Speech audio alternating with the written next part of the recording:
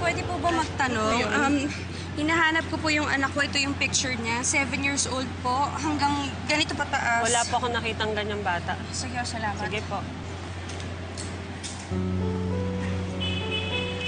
Excuse me po.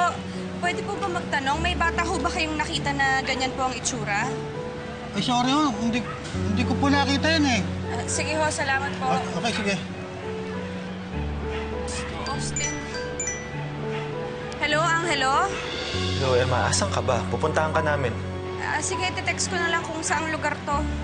Hindi ko na alam kung anong gagawin ko, kung saan-saan na ako pumunta. Nagtatanong. Hindi ko talaga mahanap si Austin. Hindi ko na alam kung anong gagawin ko. Kaya nga pupuntahan ka namin eh. Sasamahan ka namin maghanap kay Austin.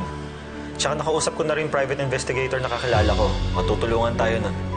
Please, natatakot ako. Hindi ko alam kung anong gagawin ko pag nawala si Austin. Emma, hindi mawawala si Austin. Mahahanap natin siya. Basta hintayin mo kami dyan. Okay, okay.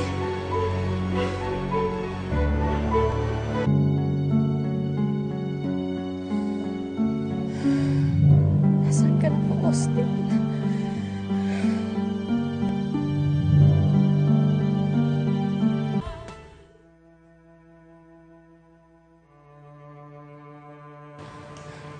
Nay!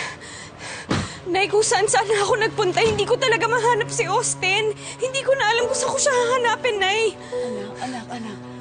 Lahat tayo naghahanap kay Austin. Lakasan mo ang loob mo, anak. Makikita rin natin siya. Makikita rin natin, anak. Nay, hindi ko kaya, Nay. Nay, hindi ko kaya kung may mangyaring masama kay Austin. Nay, gusto ko na rin mamatay. Hindi ko kaya. Nay, hindi ko kaya, Nay. Emma. Makinig ka sa akin. Ha? Huwag kang ganyan.